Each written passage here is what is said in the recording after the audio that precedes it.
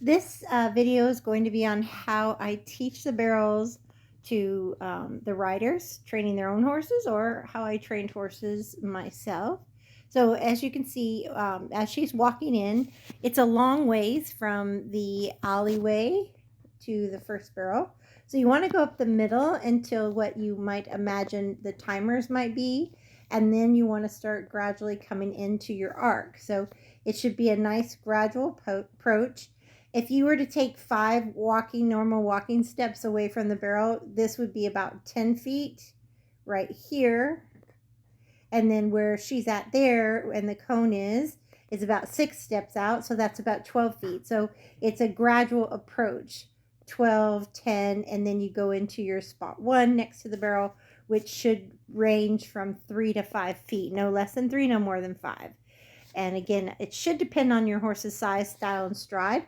This horse is big, 16 hands, and has a big style, a big stride, and his style is more pivoty. So it's important that she doesn't go less than a 12-foot arc, but not more than a 5-foot pocket, not less than a 3-foot pocket. So as you can see, she's riding 2 hands. And then also the thing to note is right here, depending on your horse, a push horse, you might sit up until 1 stride from the barrel. A free runner, you might sit back 3 or 4 strides from the barrel, so they start thinking about rating. But the horse should actually rate the first stride of the turn right here when their tail's starting to go towards second. And then their second stride rate, where you can go to the horn in competition when you do your first stride rate, or when you do your second stride rate, which is when your leg is at the barrel. At walk and a trot, I usually recommend stay 2 hands until your leg's at the barrel, just because you want to get in the habit of that, and also don't want your horse to, think about cutting you off too early. You could do one-handed, but again, it's more about muscle memory at this point. So as you can see, she's focused on, at this point, probably she's about 4 or 5 feet from the barrel, and then she's going to go to the horn here in the turn. You can see a red cone sitting out on the fence line, and that's to remind people to ride straighter longer. That red cone is about 4 feet away from the barrel. And then, of course, the first stride around the barrel is in the hole. Spot 1 is the entrance. Spot 2 is the backside. And then as soon as her leg gets to the backside, that's the time to start looking up, and then turn your inside hip and shoulder. And when the horse feels that, they'll set their pivot foot right here and snap out tight off that inside hip. And she doesn't even need to use her hands. Just look up and inside hip, and then you'll notice right away he moves over. First stride out, he's already moved over to at least 3 feet, and then you can gradually go 4 or 5 as needed. You'll see there's a cone here on the fence, and that's about 4 feet to the side and about 10 feet past. So again, she's 2 hands sitting up, and then right as she gets closer to the barrel, she sits on her pockets more. And then as her leg gets to the barrel, that would have been the first stride rate. As her leg gets to the barrel, that's her second stride rate if she was going fast. And then she'll go to the horn there and use a little inside leg to soften the rib cage. And then that's in the hole. You want to have the same pocket on second barrel all the way around it. And on the other barrels, at least the same at the entrance and the back side. The reason why second is a full turn, so you don't want to pivot this barrel till right there. So you would look up for the next barrel on this one between spot 2 and 3, but you want to look at a quarter turn ahead. So what I mean by that is when she's coming in, she's looking at third, but then she looks at her arc, and now she's looking at the entrance, and now she's looking at the backside, and then she looks at the exit, spot 3, then she looks up. And then same thing when she goes here. She's looking at the straighter, longer cone as she goes across, then spot 1 as she gets closer, then spot 2, the backside, and then spot 3, the exit.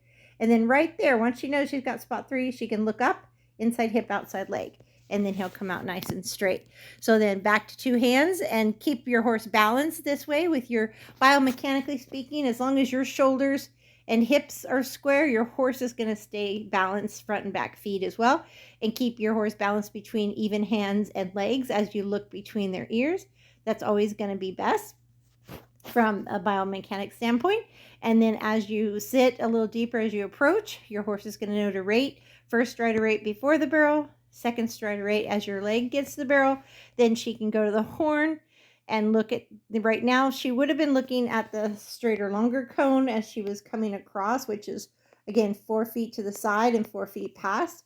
But then as she got closer, like here, she's looking at the straighter, longer spot past the barrel, then spot 1, and now spot 2, the backside, then spot 3, and then look up and inside hip, and he'll set his pivot foot and snap out. So that's basically it. And you would want to do that at a walk, a trot, and a lope, and then eventually from a slow lope to a fast lope, and then from a fast lope to a slow run. But you always want to think easy in, easy around, and hurry out. That way your horse is always thinking, they're always going to be thinking about a go cue, a rate cue, and a turn cue. So again, lining up with the third barrel, a gradual approach to a 10 to 12 foot arc, and 3 to 5 foot spot 1 to 2, snap out. 3 to 5 foot spot 1, 2, and 3, 3 to 5 foot spot 1, 2, and snap out. And just keeping that simple. If you can put your horse at all speeds in the most important spots, which is your arc, your spot 1, and your spot 2 on each barrel, it's going to make you very consistent. And once you can put your horse in those spots, it also helps your horse to know if your shoulders are forward, you want a little bit more go. If you're sitting up, you just want to stay the same. If you're sitting on your pockets and softening your shoulders and ribs into your hips, you want that rate. And then if you turn to your inside hip and shoulder, you want that snap out. So they'll know when your shoulders and hips are square that you want to stay going straight or just starting the turn, but only when they feel that big change right here of that inside hip, they'll know that you want them to snap out. And that's really important the faster you go, because you don't want to have to be in their face. Your hands should always be light and guiding. Your main cues are your eyes and your body, but you can back it up with your voice by talking to them. Easy, here, whoa, whatever works for you. And then of course you can use your legs, inside leg to soften the rib, outside leg to finish a turn or keep their line straight. And then inside leg can also keep them honest to going in the hole or to your arc. And then, of course, your eyes are looking at your quarter turns. Don't get ahead of them. A lot of people want to look around too quick, and then you get out of balance completely from a biomechanics standpoint in the turns. So this is very, very important, and you need to master it perfect at a walk, then a trot, then a lope, and so on. And always think of slowing down or collecting, always going in. And then always think of, easy in, easy around, and then drive out, easy in, easy around, drive out, easy in, easy around, drive out. That's important as well. So thank you so much.